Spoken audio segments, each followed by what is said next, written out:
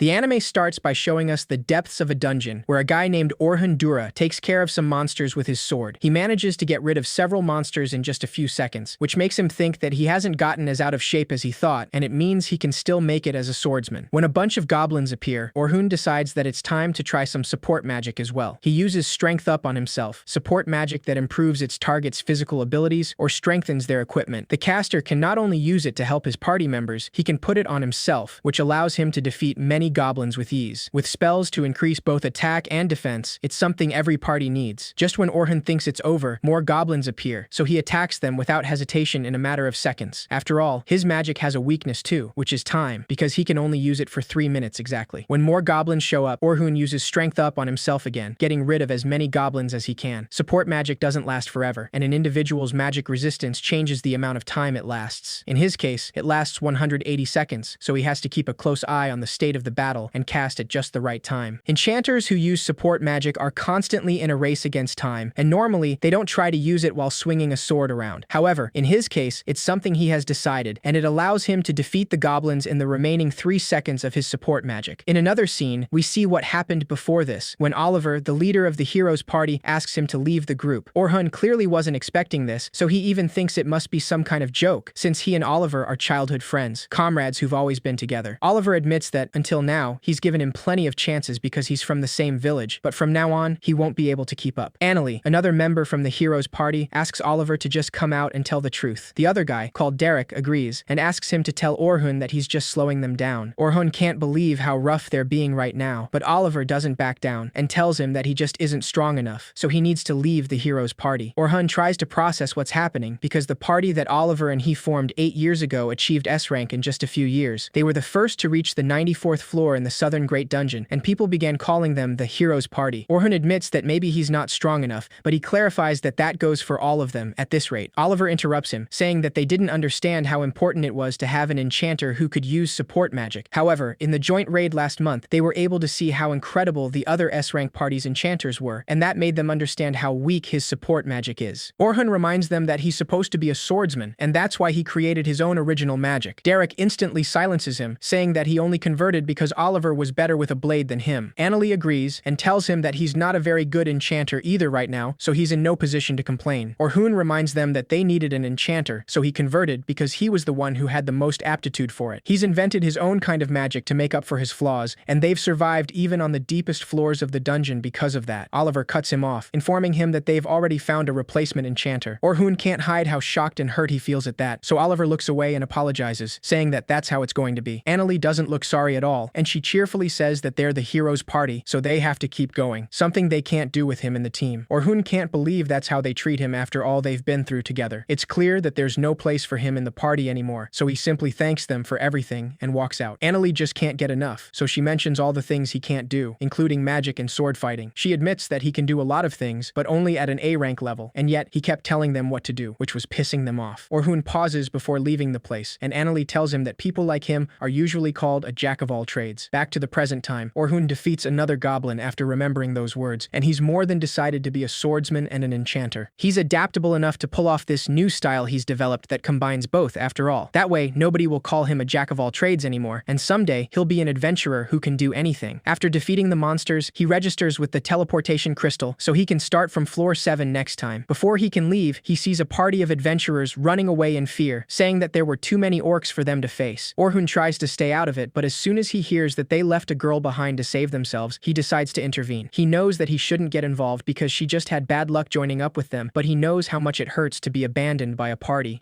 Orhun approaches the party and scolds them for making excuses instead of going to save that girl. One of the guys gets defensive and tells him that even if he stayed back there, he couldn't save her alone. The guy tries to punch him without thinking, but Orhun simply takes him down and asks the others where they left that girl to die. In the meantime, we see the poor girl is surrounded by dangerous orcs, and she doesn't know what to do. Out of sheer panic, she casts a magic barrier to keep them away from her, but she knows it won't last long, and she definitely can't handle so many. The girl cries out for help when the barrier shatters, and just then, Orhun attacks the orcs with arrow shock, sending them flying away with a strong wind. He stands up for the girl in order to protect her, and with no hesitation, he uses his support magic to strengthen his body. After that, he uses technical up and manages to defeat the first orc with his sword. The girl simply observes him in awe, wondering if he's a swordsman or an enchanter. Orhun then uses sharpness up, which allows him to easily slice one of the orcs in half. The girl is clearly impressed because she's never seen anyone fight like that before. Orhun recognizes that there are a lot of orcs, and he can see why a low-ranking party would run. However, he knows that he can handle this alone. In a matter of seconds, Orhun manages to take down all the orcs and asks the girl if she's okay. The girl is just trying to process how strong he is, and at this point, she's just glad that she's alive, but she can't help the tears that come after that. Once she calms down, they both finally come out of the dungeon, and before he can leave, the girl decides to properly thank him and introduces herself as Sophia Claudel. Her last name certainly sounds familiar to Orhun, and he also recognizes the crest on her cape. Despite this, he decides not to mention it and chooses to also introduce himself. Sophia then shyly asks him if it'd be alright if she treated him to dinner as thanks. Orhun is clearly taken by surprise, and he tries to tell her that he didn't save her because he wanted her gratitude. Even so, Sophia insists, and he has no other choice but to follow her back to the city. When they arrive, he notices that she took him to one of the rabbits' shops, which has the same crest she has on her cape. With that, Orhun finally confirms that Sophia is from the Night Sky Silver Rabbits, one of the biggest guilds in the kingdom of Nohitant. The Night Sky Silver Rabbits are one of the most popular clans in the kingdom, and he confirmed it in the last joint raid last month. As soon as they enter the place, Sophia is surprised to see her sister there, though Orhun is just as surprised. Sophia's sister is clearly happy to see her, but she isn't as thrilled at the sight of Orhun, immediately getting defensive and saying that it's too soon for her to have a boyfriend. Sophia gets way too nervous to explain anything, but she's even more surprised when she finds out that they already know each other. Orhun recognizes her as Selma Claudel, the leader of the S-rank party that's the most powerful in the Silver Rabbits and the continent's most powerful enchanter. She's the one who made enchanters famous and created the idea of different party members having different roles: attackers to take down the enemy, defenders to take the hits, and supporters helping in the rear. Splitting the party into these three roles was her idea, and it changed the way adventurers think about going into the dungeons forever. The hero's party is no exception, and that's why he had to go from being a swordsman to an enchanter. It was also seeing her in the raid last month that caused Oliver and the others to get rid of him. He doesn't know why she's mad at him right now, though, but Selma makes it very clear when she asks him if he's going after her 14-year-old sister. Orhun immediately understands what the problem is, and it's clearly a misunderstanding, so he tries to explain that he was about to eat dinner with Sophia, but his intentions are completely pure. Despite his attempt to fix the situation, Selma only gets even angrier, asking him if he thinks Sophia is not good enough for him. Orhun starts getting a little annoyed, but Sophia quickly intervenes and asks her sister not to be rude to the man who saved her life. Selma's demeanor instantly shifts to concern, and she asks her if she went to the dungeon alone. Sophia has no choice but to confess, so Selma reminds her that they're going into the Great Dungeon in 2 days, and she asked her to stay put for a few days. Orhun just then understands that Sophia was dungeon delving without telling her clan, but since it seems she's safe, Selma decides not to give her a hard time about it. Now that she knows that Orhun saved her sister, Selma thanks him and apologizes for being so rude. Leaving that aside, she mentions that she hasn't seen him since the raid, and it's their first time talking like this. Sophia is still kind of surprised that they know each other, so her sister tells her that they're both enchanters, so they were stationed together in the raid last month. Orhun clarifies that she took command and he helped her, but Selma tells him that he actually helped a lot, and it was just what she expected. Sophia mentions that she speaks like she's known him for a while, but Selma is surprised that she doesn't know about him. She informs her that he's a member of the hero's party, and that fact makes Sophia immediately freak out. Orhun asks her not to get so flustered and tells them that he's not a hero anymore because he left his party just the day before. Selma is clearly shocked at that, and she doesn't understand why they'd let somebody like him go. Orhun tells her that they had their reasons and both of them agreed to it, so he's free at the moment. Selma instantly looks interested, and Orhun wonders if she's going to recruit him to the Silver Rabbits. Before she can speak, he tells her that he doesn't want to be in a clan or party for a while. Selma tells him that he's got the wrong idea and clarifies that she has the perfect job for him. She wants him to go with their clan on their teaching expedition tomorrow, and she'll make sure he gets paid. Just like the name implies, it's to teach the new recruits, and he can think of it as on-the-job training. A group of A rank and higher will lead the new recruits, and they'll spend 3 days going 50 floors down in the southern Great Dungeon. Orhun is a little surprised when he hears it'll only be 3 days because even the best adventurers would take 6 months to a year, so that's a pretty crazy schedule. Selma admits that it is, but she clarifies that it's not impossible if they take the shortest route, and their sponsors are insisting. Orhun mentions that the Silver Rabbits have it rough in that case, but what they're proposing is crazy enough that they should have been able to turn down their sponsors. If they're doing it anyway, there must be some other reason.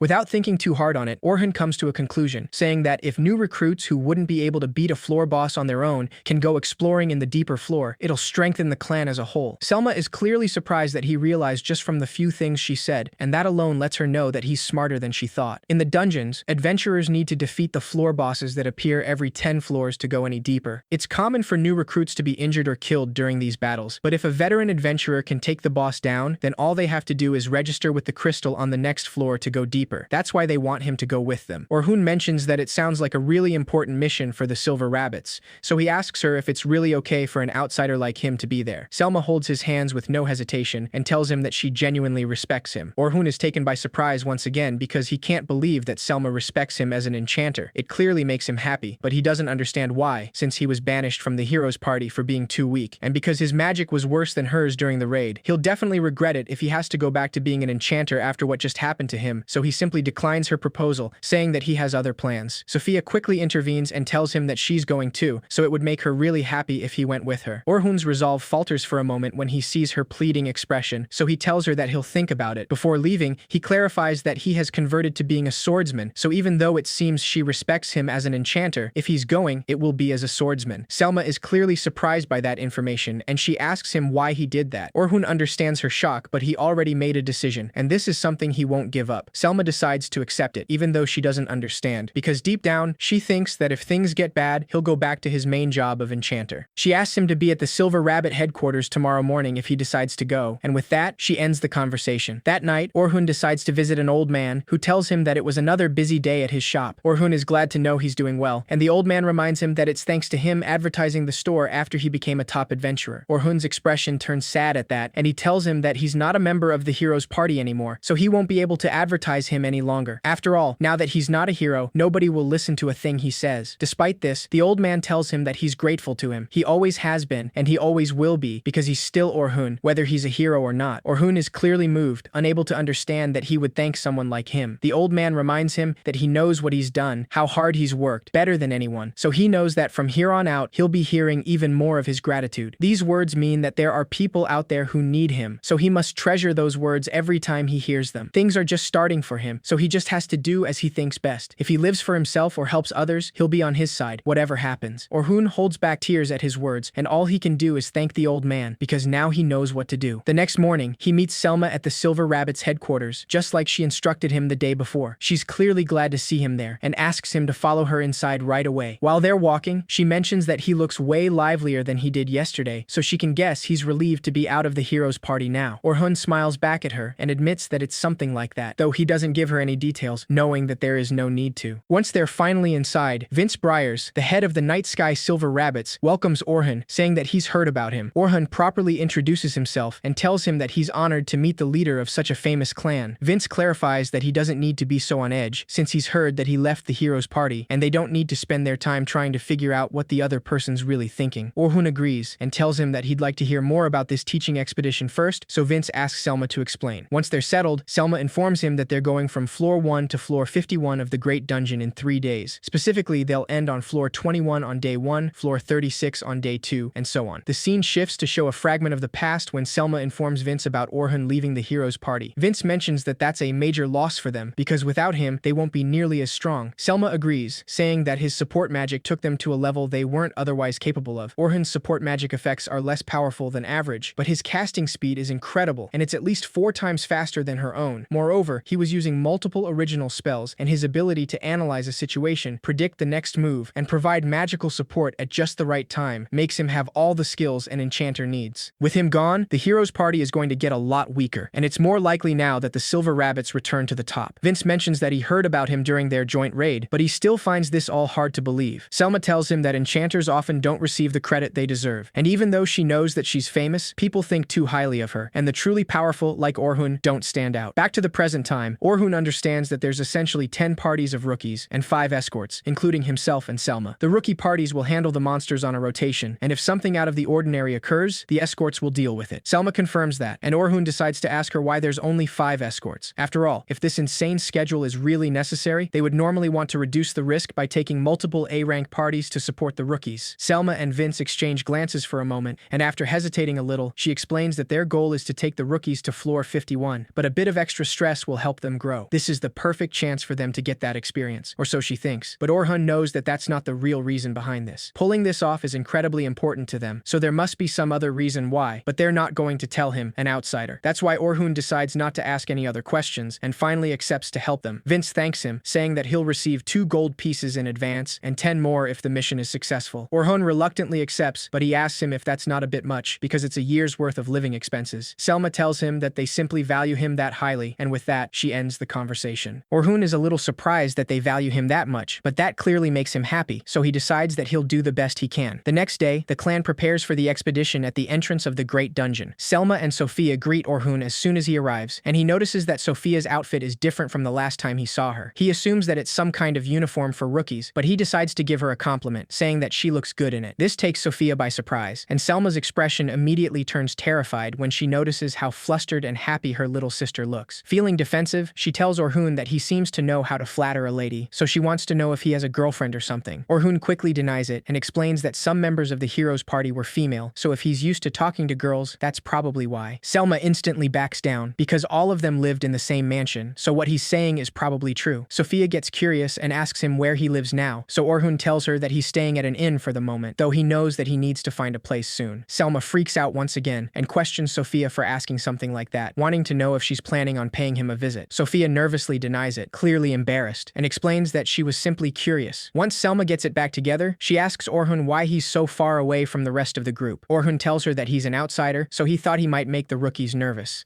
Selma admits that they're all looking tense right now, so she's going to ask for his help to loosen them up. Without wasting any time, she asks him to follow her and asks Sophia to go find her party. Selma introduces Orhun to the other 3 escorts of the expedition and guarantees them that he's strong. Knowing that she's vouching for him, the escorts are sure that they can trust him then. Orhun gets a little nervous and asks Selma not to raise expectations for him, but she simply smiles and asks him not to be so humble. That aside, Orhun introduces himself as a frontline attacker, and each one of the escorts also introduce themselves. The one with black hair introduces himself as Anthem, saying that he's a defender. The blonde one tells him that he's Bernard, also a defender. And lastly, the girl tells him that she's Kathy, and she's a healer. Orhun notices that leaves Selma and he, an attacker and an enchanter. It's a balanced party, but if he hadn't come, he wonders if they were going to have someone else double as an attacker. That makes him think that something definitely seems wrong about this whole thing, but he still hasn't found out what it is. Selma sees the doubt on his face, and for a moment she remembers the conversation she had with Vince before. He told her that he knew how she felt, losing such a powerful ace, but Orhun is supposed to be an enchanter like her. Given the need for party balance, he told her that he couldn't let him be part of the first group, and she already knew this. Selma can't help but think that they haven't moved a step forward since last year, so they're still trapped, and they can't take back what they've lost. That's why she turned to Orhun, but he volunteered to be a swordsman, and if he can't function as a frontline attacker, things won't go as she expected. Orhun notices her concern for a moment, but Selma quickly goes back to normal and tells everyone that they've got 3 days of hard work ahead of them. She takes Orhun to greet the rookies and decides to give a speech before the expedition. Selma tells all the rookies that today they begin their descent to the 51st floor of the Great Dungeon. They all look very tense, so she asks them if they're all scared to head to the middle levels of the Great Dungeon so soon. Without letting them reply, she asks them not to worry, saying that she's brought a powerful helper in case something happens. Selma then introduces them to Orhun, saying that he's reached floor 94, where even they have yet to go. The sudden introduction takes Orhun by surprise, and soon all the rookies are whispering about him, clearly impressed. Selma tells them that if they want to be dungeon explorers themselves, then they must know him, because he was a member of the hero's party, so he knows the Great Dungeon better than any of them. All the rookies are instantly amazed by that information, and it makes them more excited than before. Meanwhile, Orhun completely pales, because he didn't expect Selma to expose him like that. Despite this, Selma doesn't regret any of her words, because now all the rookies are excited to go into the dungeon. She asks everyone to stay on standby until it's time to head in, and decides to do the final checks with the other escorts. Once he can finally speak, Orhun tells Selma that she was playing it up a little too much during her speech. Selma doesn't think the same, because he really has been to floor 94, and he can't deny that. She explains that part of their job is to make sure they can relax and focus on the dungeon. Orhun has no way to argue against that, but he still doesn't feel good about this, because he only wants the title of hero to help the old man's shop, so he hopes this doesn't come around to bite him. Leaving that aside, Selma tells him that she wants him to escort Group 10, because they're their most promising rookies. If they can learn to work as a party, they'll easily be able to make it to the middle floors, so she hopes he can help them with that. Orhun accepts the task, though he doesn't know if she should be entrusting their star rookies to an outsider like him. Once Orhun meets Group 10's members, he notices that Sophia is one of them, and in total, there are only 3 rookies. This clearly is strange, so he even asks if someone is late, but they let him know that this is all of them. A 3-member party is rare, because the fewer people in a party, the more dangerous it is, especially for rookies. One of the kids notices his concern, and quickly explains that they're only a 3-member party because nobody can keep up with them. Orhun is a little surprised by how confident he is, so he knows that they've got high hopes for this kid, but if he's this young and has that attitude, he's worried for his future. That aside, knowing that all the members are present, Orhun asks them to introduce themselves. The kid quickly jumps to introduce himself first, saying that he's Group 10's leader, Logan Hayward, an enchanter, and the man who will someday surpass Selma herself. Orhun confirms once again again how confident he is, but he doesn't say anything about it and lets the next member speak. The girl next to Logan introduces herself as Caroline Inglot, saying that she's a defender. Orhun mentions the fact that she's not wearing any armor to be a defender and asks her if she's going to put on her armor once they're in the dungeon. Caroline gets a little disappointed to know that he's asking the same question as everyone else and explains that she's a defender who doesn't use armor or a shield. Orhun assumes that she only dodges instead of block, and Caroline confirms it, saying that she doesn't want monsters touching her, but she wants to kill lots of them, so she chose to be a defender to get as close as possible. A dodge-type defender usually dodges using speed instead of using their defense to block attacks, but Orhun warns her that achieving that is hard until she gets combat experience. Logan tells him that everyone in the clan tried to warn her already, but she just ignored them. Caroline tells him that he also doesn't listen to what the teachers say, but Logan tells her that he doesn't have to, because he's just that good. Sophia quickly tries to stop their bantering, but Orhun already knows that they're the problem kids. Lastly, even though they already know each other, Sophia also introduces herself, saying that she's a rear attacker, a caster. Orhun smiles, and even if everything she said was normal, he feels much more at ease for some reason. Despite this, he knows that this mission actually seems kind of difficult, especially because Logan and Caroline are still fighting even now. Once it's finally time, their descent in the dungeon begins, and even though they were causing such a ruckus outside, they went totally silent as soon as they stepped into the dungeon. As they walk, Caroline decides to ask him why someone from the heroes' party is on this expedition. She wants to know if that means they don't see their clan as rivals, but Orhun simply asks her if she didn't listen to what Selma said